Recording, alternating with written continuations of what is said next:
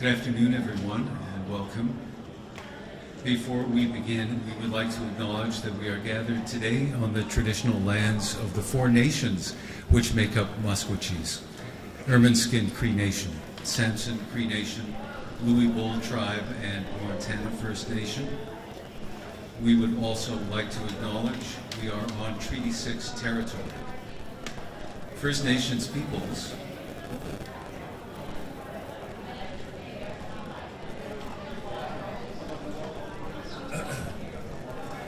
Excuse me, if we can be quiet in the back there, please.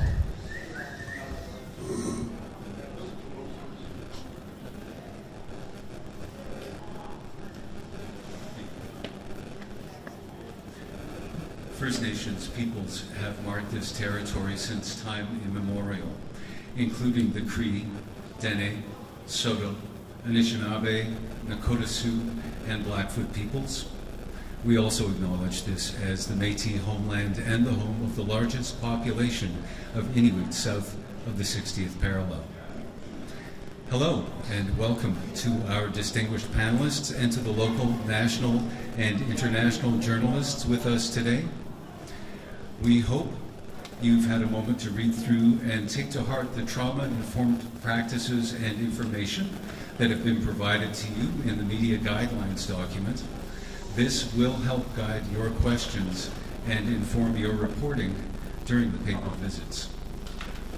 Here with us today are Elder, Knowledge Keeper, Survivor, and member of Sampson Cree Nation, John Cryer. St. Anne's Residential School Survivor and Advocate, Evelyn Korkmaz. Ermineskin Cree Nation Chief Randy Ermineskin.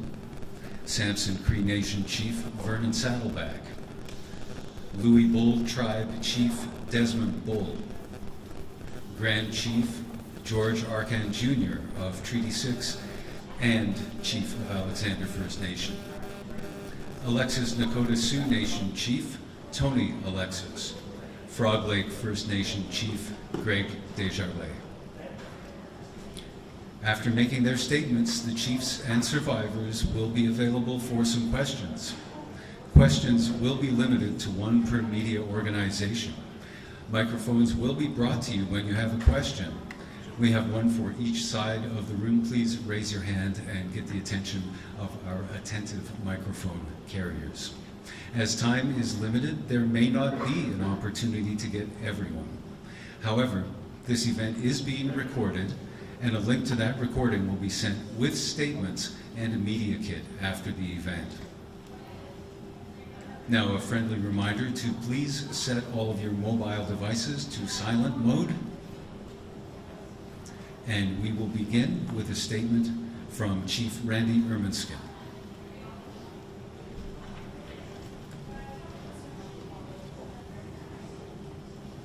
Sorry, I guess I should listen to some of the advice I'm given.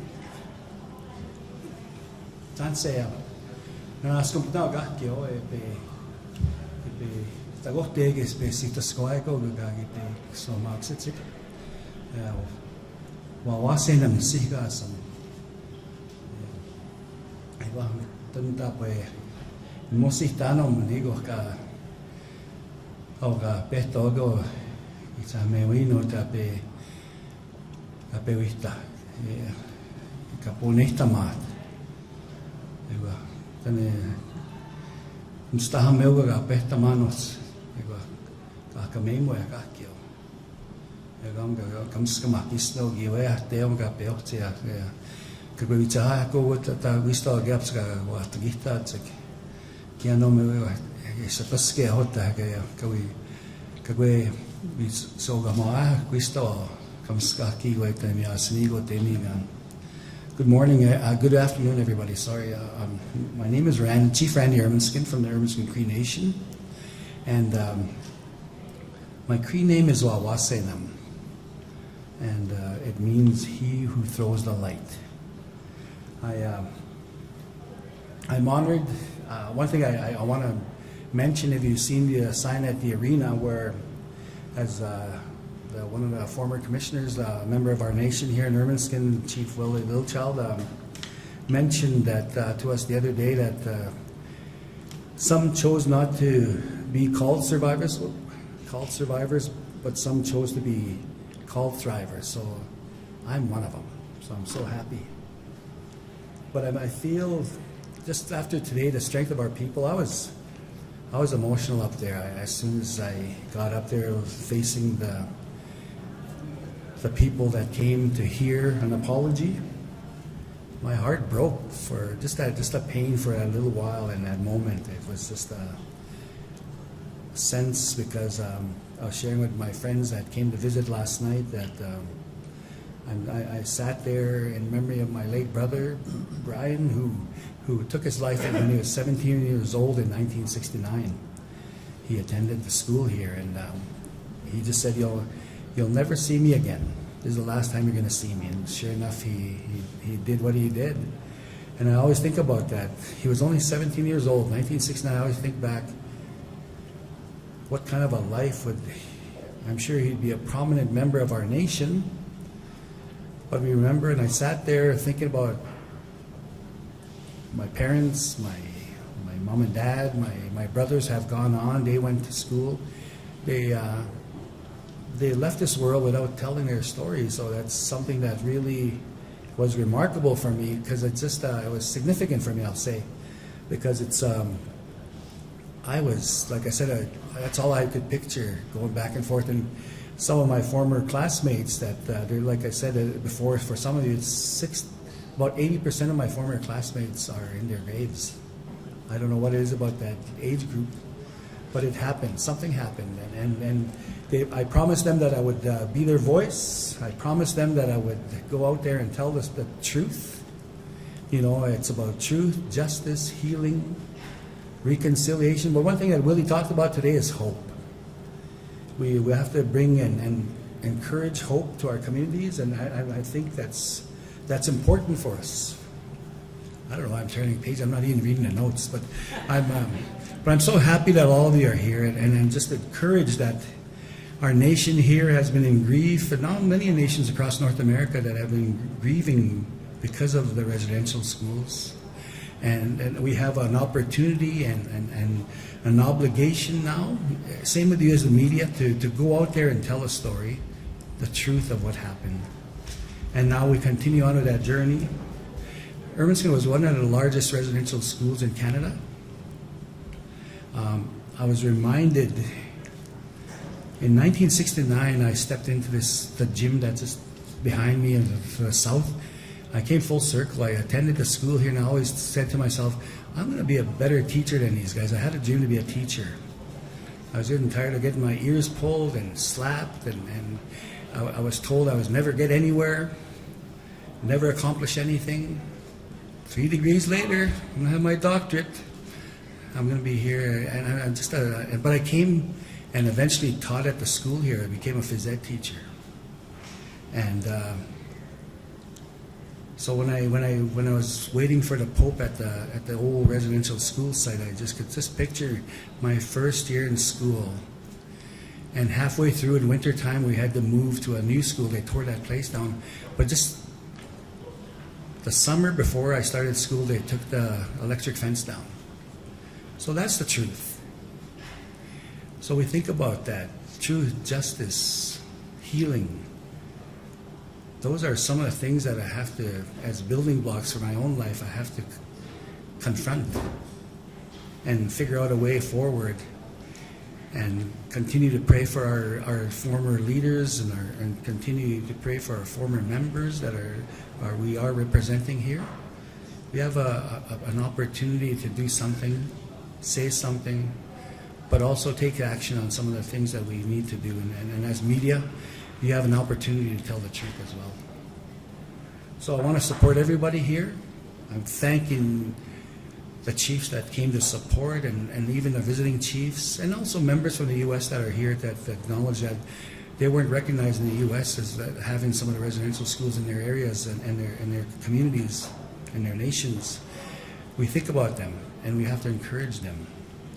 But thank you for coming, and I just mark this day as a significant event that a statement was made that the Pope said he was sorry. That is going to send a message across these lands, these waters, that as we go into the international politics and the scenes where the United Nations, where we've made a presence, but now they've heard it themselves. The world heard it. So thank you for being here, and I wish everybody well. Hi, hi.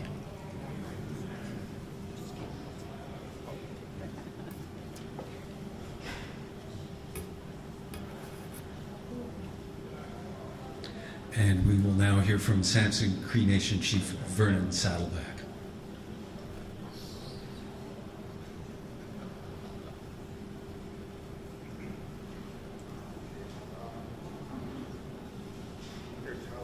You turn it on. Oh, there you go. Sorry. You guys are childproof. I sneak up at Nitsigasan, and ask him to know,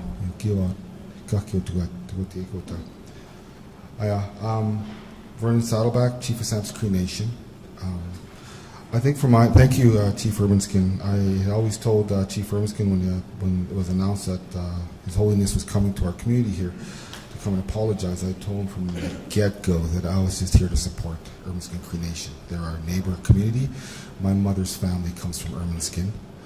My father's family comes from Samson, so I'm the chief of Samson, and I told him that whatever Samson can do to support, I said, well, we're here to help and do whatever we can, because I have a lot of survivors and thrivers in my community who are happy to hear the Pope was coming to apologize. Words cannot describe how important today is for the healing journey for a lot of First Nations people, and especially for the people from Samson Cree Nation. So I'm really grateful for this event to happen today. A lot of people are involved, but I do want to focus on one part of this whole day that was amazing. Early on, I asked Chief Urbanskin, do we have to speak? And he said, no. And I said, yes. Part of it is because but with His Holiness coming, it can't be, him come to apologize is historic. It's important. And for myself as chief, I did not want this being politicized. That was my one wish for this whole thing. So I was glad no one got to speak except him and Chief Wilton. Wilton was part of the entourage that went to the Vatican to invite him, and Chief Wilton welcomed him. And he's the only one who was allowed to speak. The Prime Minister was here. The Governor General was here. We had politicians from Alberta. Our Grand Chief from Treaty 6 is here. We had the AFN National Chief here. And none of us spoke. Because for me, as Indigenous people, people from this land, sometimes we need to sit back and we need to listen. And for me today, with the Pope apologizing, today was a day for everyone in the world to sit back and listen. And for myself, I'm grateful for today. I think it was an amazing day. It's a historic day. And on behalf of my elders and all the people who've gone to residential school, I came to this residential school myself till grade 4. This is a historic day, and words fail me to say the importance of what this means to my people. So, thank you.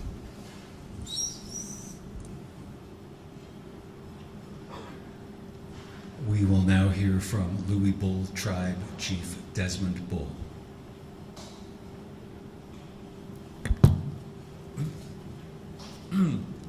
Danse. My name is Desmond Bull. My Cree name is Okimakabao. I am the chief of the Louis Bull Tribe of the Maskwacis Nation of this Treaty 6 territory. Thank you for being here to witness this historical moment. As children, many of us were robbed of our innocence in childhoods. We lost our language and our culture. The trauma we endured and inherited as long-lasting and systematic effects on our people. As a day school survivor, I am subject to trauma that is carried into my adulthood. I am still healing and reconnecting to the traditions that our ancestors were not allowed to pass on. It is still a bit of shock now, and I'm certain emotions will become much heavier in the days following this visit. We all must consider the aftermath of this apology. We may all need time to fully absorb the gravity of this moment. I anticipate this apology may weigh heavily on open old wounds for survivors. I ask those to please seek out support services to assist in coping. Please know we are here with you, and you are not alone. For some, this apology may be not what may be needed to begin their healing journey. For others, this apology may feel empty. However you feel, it is valid. I just want to share something and speak from my heart at this moment. As I have this platform allowed to bring this forward, I welcome this opportunity. If you want to help us in healing on our journey within this country or within this province, please quit stop telling us to get over it. We can't get over it when the last of our residential schools closed in the mid-90s. We can't get over it when our survivors are still here. We can't get over it when that intergenerational trauma impacts every youth, every member, and everyone who had a family that is a survivor of residential schools. Instead of getting over it, I'm asking you to get with it. Get with learning about our history. Get with learning about our culture, our people, who we are. Get with reaching out to your neighboring Métis, Inuit, or First Nations person and learn more about them. You want to help with our healing? Get with part of our healing and be part of that journey. This is what I ask, and I hope people will see this. So when you see a First Nations, please don't tell them to get over it, but get with it and understand who they are and understand why they're going through the trauma that they are going through and be a part of that healing journey. Hi, hi.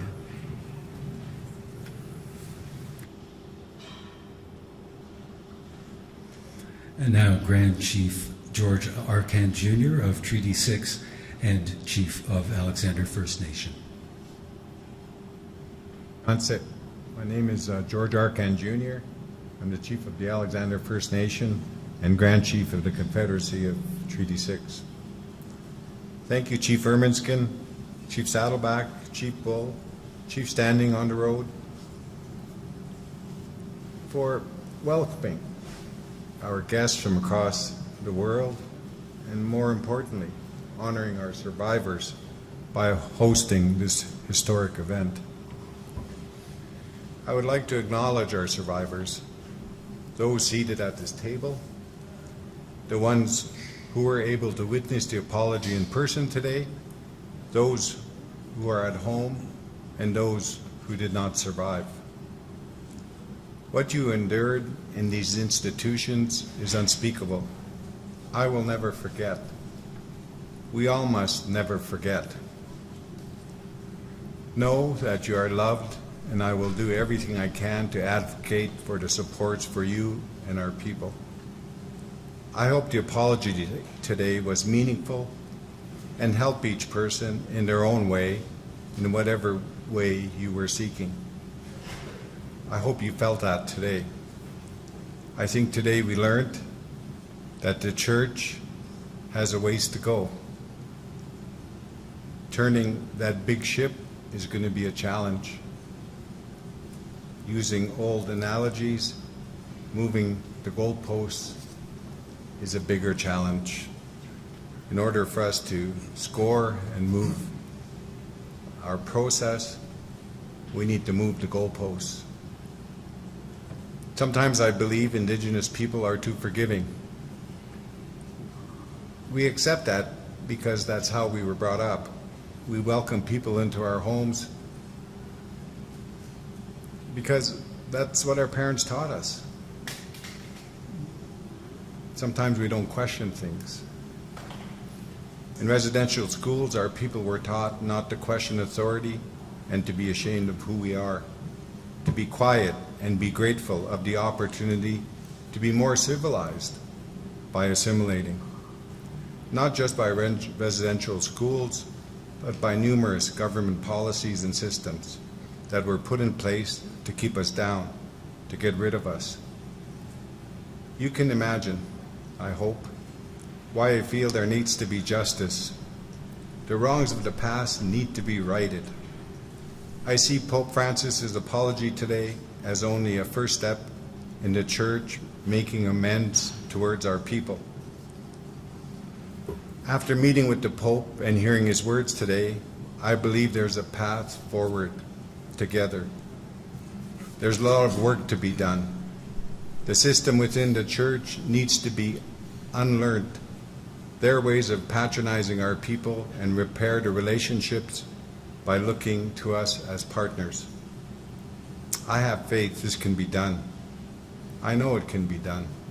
We've been doing this for a long time. We've been letting people into our homes for a very long time. And now we need to start thinking about how we can share that and how we can begin to challenge people as we let them into our home and try to understand the things that are going to be brought into our homes. I'm hopeful. Pope Francis has shown grace. He can lead to change for his people, and we are prepared to walk alongside them in their reconciliation journey. I thank him for honoring our request to deliver this apology in person. It is a gift for many. I ask Canadians to show kindness towards our survivors, their families, and our communities. Some of us will be deeply impacted. Some of us will have to go home to our people and deal with the consequences of the things that happened today. Some of us will have to, for years, continue to deal with the fallout that has happened. I am hopeful that the Government of Canada and that the Church will work with us to find a path forward. As of today, we have no agreement. We have no commitment by the Church or by the Government of Canada to move things forward. We hope and pray that by the end of tomorrow, when people in the world and everywhere start to understand our plight, that the Government of Canada and the Church will reach out their hand and say, let's get serious. Let's talk about doing something that matters. Keep our people in your hearts and in your prayers. They will certainly be in mine. Today, I believe we begin a new journey. Today, I believe we now start to have to do the work necessary to make things better. And I sit by my fellow chiefs and survivors to build that new road, to create a better place for our people to live. Hi.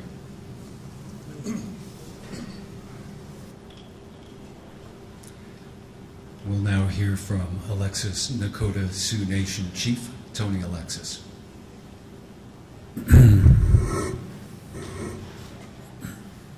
Aborstet ipeno ito ninahabanin. I'd like to acknowledge the Maskwacis chiefs for hosting us here today. All their people, their elders, their young people, their survivors.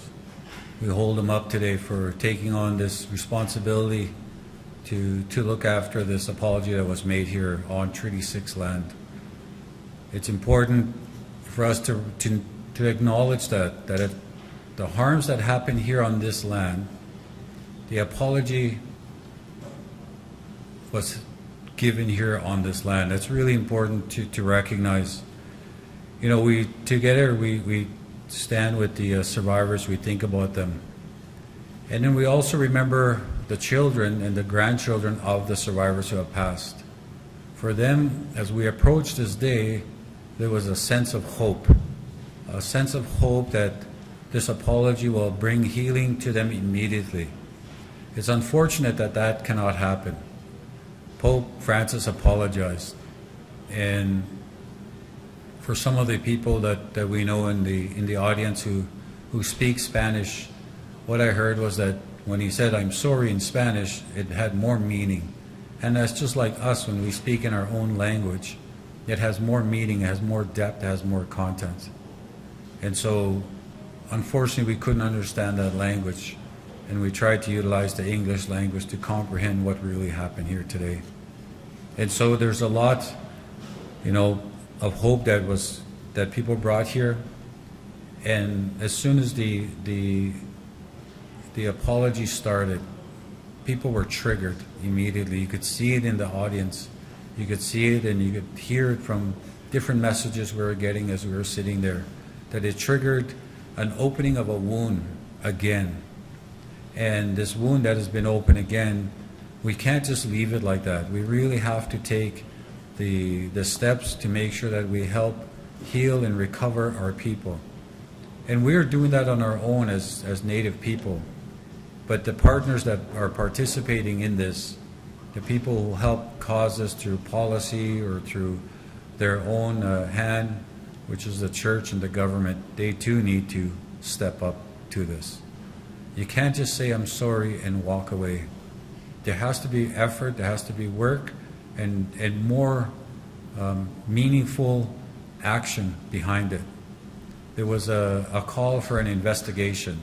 The investigation has to be done not by Canada. It has to be done by an independent. So there's a lot of work that still has to happen when we were thinking about this. And, you know, we are trying to find what is it we're going to do. And for everybody here that could not make it, we are here for you as a witness. And we've observed the songs that were sung by our people, the feathers that were carried by our leaders, the elders who were praying for us and hoping that we do a great job even as leaders sitting here right now. We were your witness. And how we perceive what happened today, it could be a failure or it could be a positive. And it's for everybody to judge that on their own because it affects everybody at different areas of their healing. But we know there are many who are focused right now on the thought of healing, and our prayers are with you all. Our prayers are with you and our thoughts are with you. The work is going to come from us. The outside have never really brought good medicine to us. It's always been us that looked after one another for thousands of years. And we will continue to live in that way and we will continue to grow in that way. But the apology that was made was validation that that really happened. And for the non-Indigenous community to witness them saying that this really happened is a validation for everybody of healing. And recognizing that there'll be a wave of emotion throughout this country as well as in this region. As host for tomorrow's event, we have our relative, our brother, Don Burnstick. He's going to be in Alexis today at 7 o'clock and at the camp that we're hosting, and he's going to be doing a show. And his theme is that it's healing through laughter. So we invite everyone to be there as well. But I just want to say to everybody here, thank you for being witness today. All the media who are here from all over the world, the people are watching, and we too are storytellers. So the story you tell has to be told in a way that today is a historic moment in life that says that we are standing on our own too, and that we, because of how, in spite of how hard it was to share the tough stories that our people shared, that brought the leader of the church here to come and apologize here on Treaty 6 land. We brought the Prime Minister of this country to stand here and be a witness as well. And we also brought the Premier of this region to be a witness. And so to all the survivors, thank you. And I just want to say to everybody, Ishnish, look after one another. Thank you.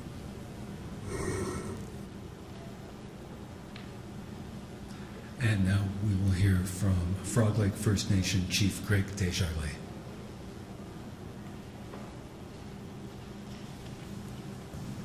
Anista, Nanaska Mao, Mamotawi Mao, Nanaska Mao to Winskow, Aseminatam Scott now Kakyo.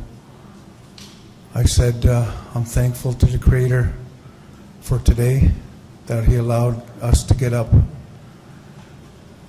My name is Greg Desjardins. I'm the chief of the Frog Lake First Nation, Treaty 6, Alberta. I come here, to support my mother, all the survivors, the host community, the four Maskwacis bands, and all the ones that didn't make it home. I think about them today. I think about the little children that wanted to be found here, that started in Kamloops. I think about them. Maybe they were hungry, why they were found. Today, is it's a day, I guess, would be bittersweet. It's bitter in some people's minds and hearts. You could see it on social media. Some people are upset. But it's also sweet for some that have moved on and moved into a direction of healing and owned up that there is a better life for our people out there. Even though our ancestors went through the social ills, the atrocities, the abuse, physical, emotional, verbal, sexual. I sit here amongst the chiefs and survivors, also some survivors in the room.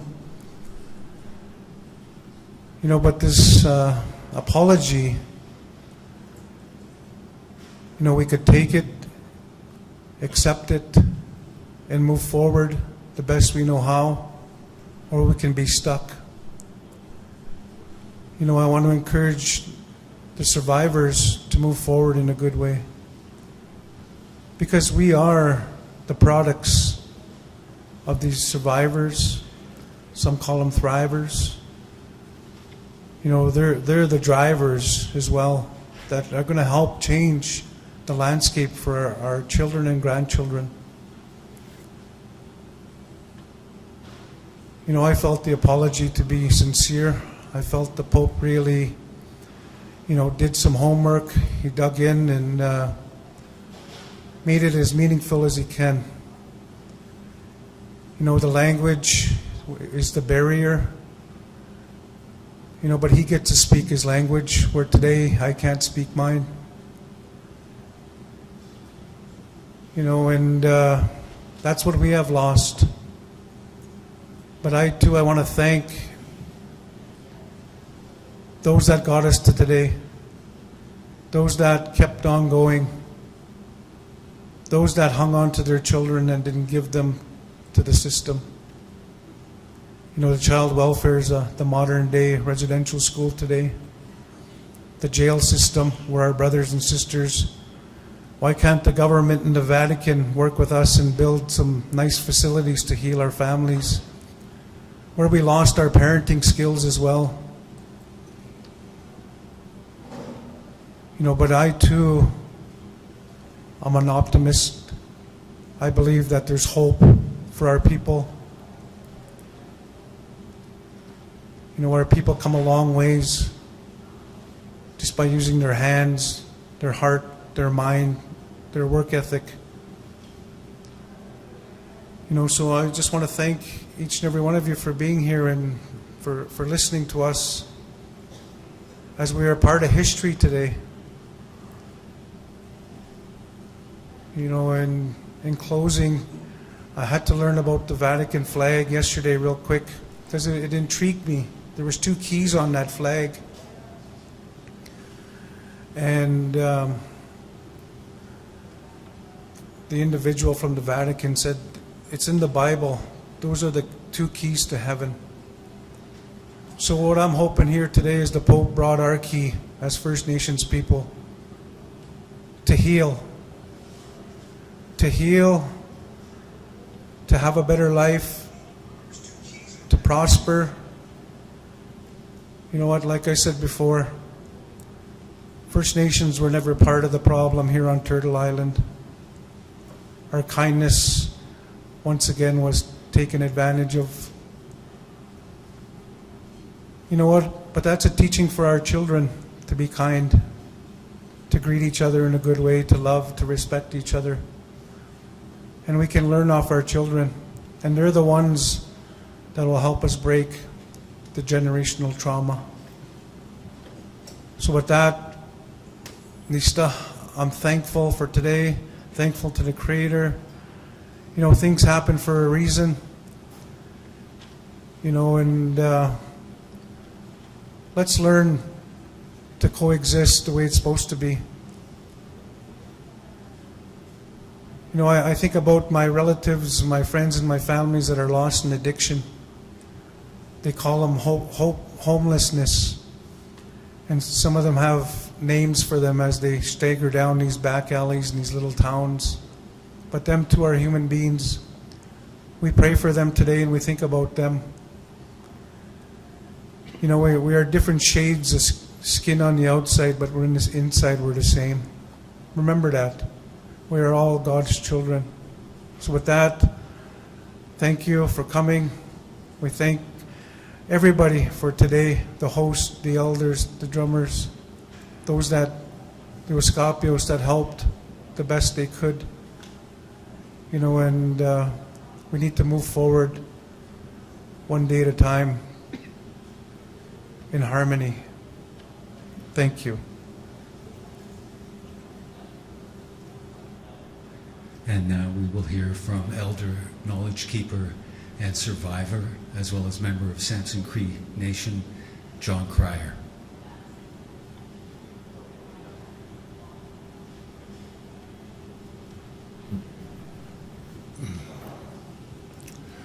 Tansaya, no ako magante kay nanas ko ay ogisa mi vino epe tagote Mina, the Prime Minister, the leaders in the country, the leaders in the city, Mina Gota, no ako magana. The leaders that sit at the table here. I have a lot of gratitude for them, and especially Willie, Chief Willie Littlechild. And I hope that he gathers strength. I hope wellness for him. And he has done so much work for our community. He has been such a leader. And today, I listened to the Pope with the apologizing. And in my own experience as a survivor, in 1954, I was 6 years old when I first started school. I didn't know English at that time. I spoke my language, and I followed the traditional spirituality of my parents and grandparents.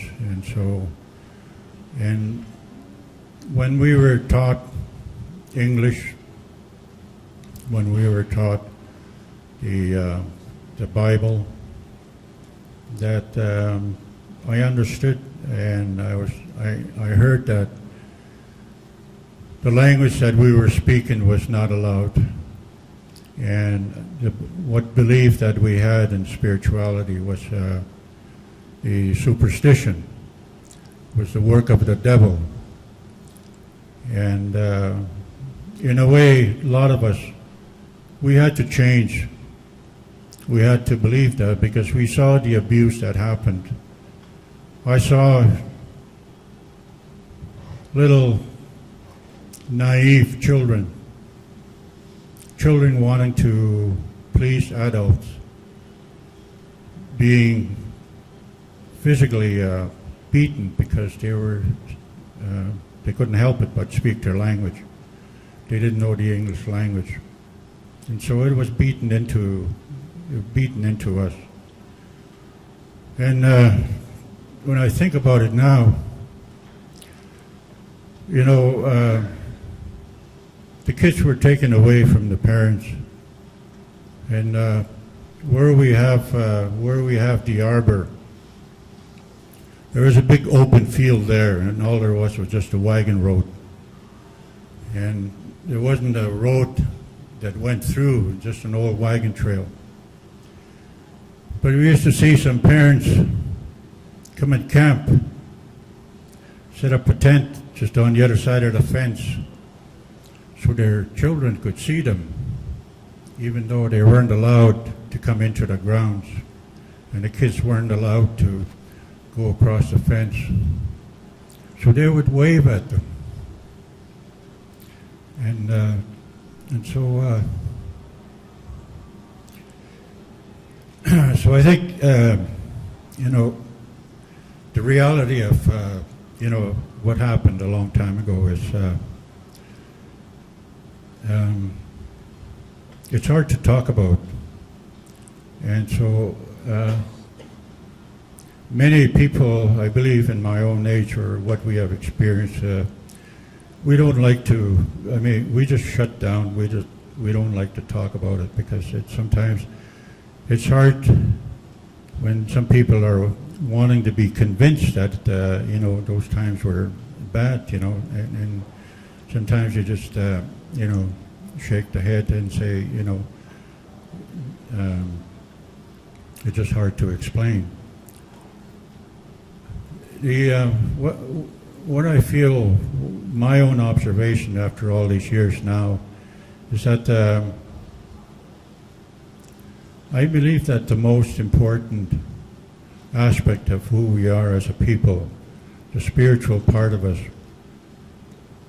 was we were spiritually deprived, spiritually abused. And by changing our belief system, it changed our belief system in what our parents, our grandparents had taught us. It changed our belief system of what gave strength to the community, what gave strength to the reason to speak the language. I was fortunate that when I went back, that my parents were still, they would only speak to us in our language, and so we were fortunate. Even though I had lost most of my language, when I went back and when I left school, because most of my family and my people of my peers were in our traditional spirituality, and so that became home for me, and so that's where I relearned my language again. It just didn't feel good. It just didn't feel good to speak the English language inside the sweat lodge or inside the lodge of any kind. And so speaking the Cree language came back, and that's what really helped. Today I'm involved in a lot of different organizations. And one of the organizations that I'm involved in is we're talking about appropriation.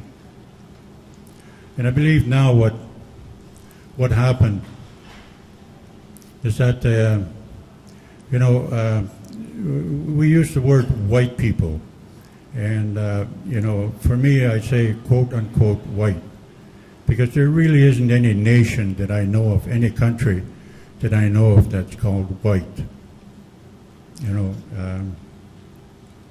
so what I understand is that it's a concept, a mental concept that has been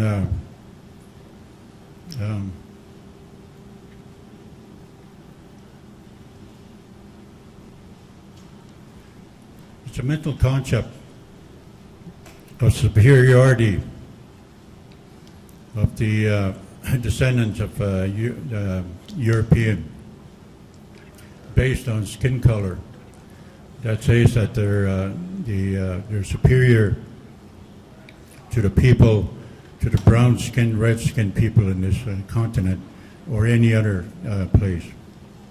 And I understand from you know, reading history books, you know, John A. Macdonald, you know, came up with the, you know, the residential schools, and with the idea that they were going to, educate, take the Indian out, and install the whiteness into the children for them to survive. It might have worked, but there's a certain spiritual loyalty that the children had to their parents, to their grandparents, to also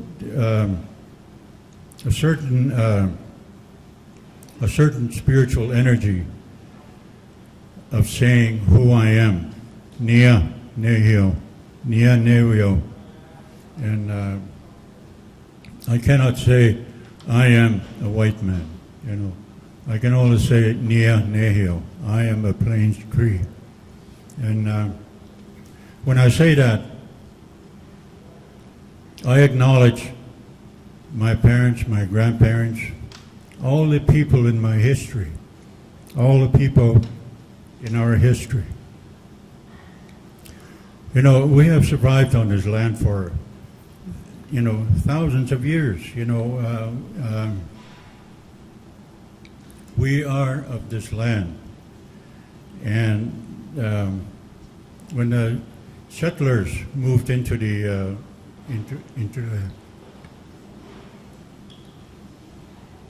into the country, what I observe is that, and I think the same thing, it still happens today, where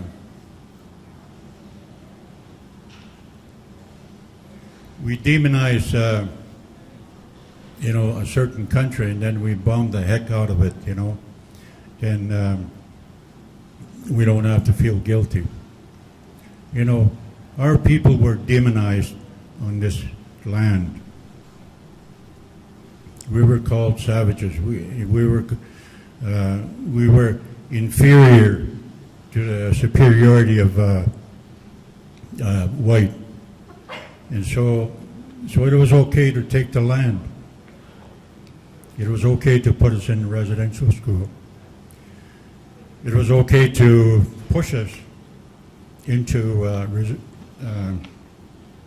reserves where the land was mostly, rejected, and so, so all these things have come about. And so I asked myself, is this apology enough? And so, I see the leaders of the country, if this apology is to work, what is the other side of the treaty doing about it?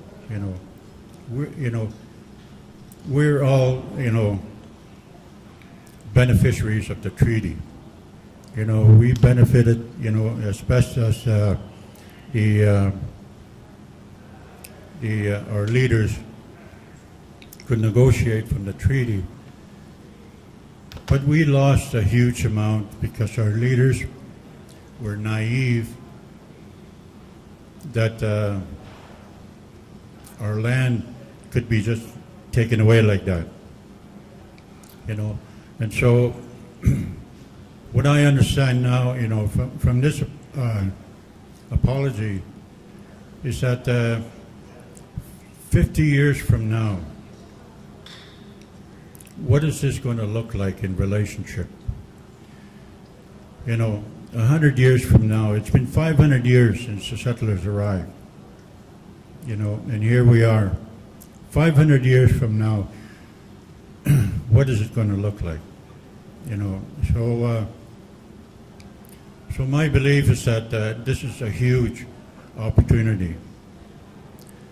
You, the press, are the spokespeople. You, from your writings, you send a message to the rest of Canada.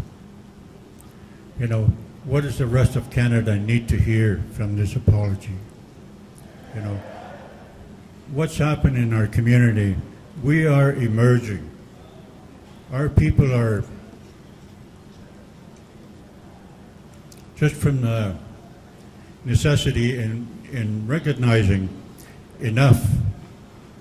We are now beginning to stand strong.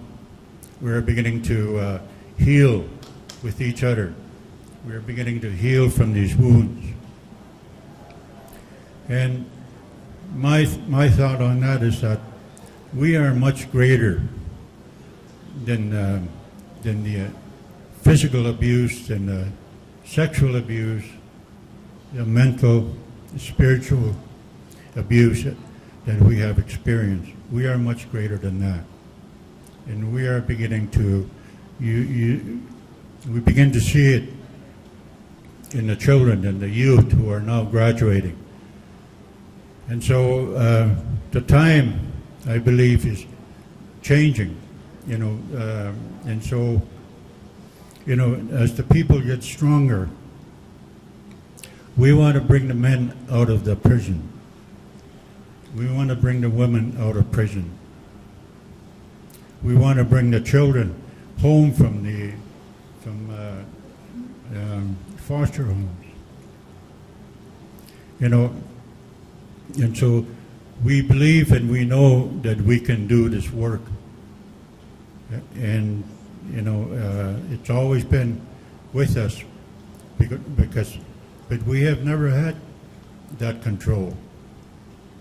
And so now, it's an opportunity to share the land. It's an opportunity to share the resources.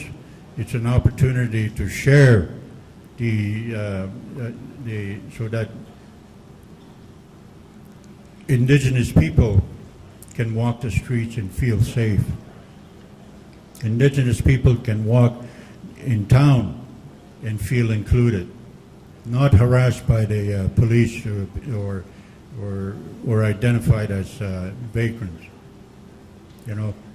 We are of this land. We are not vagrants of this land. And so, this is the message that I get from the Pope. He has done his apology. And so the church and the rest of Canada, the governments, while we're doing this work of healing, I'm expecting that they also, will be doing their work. After all, we're in this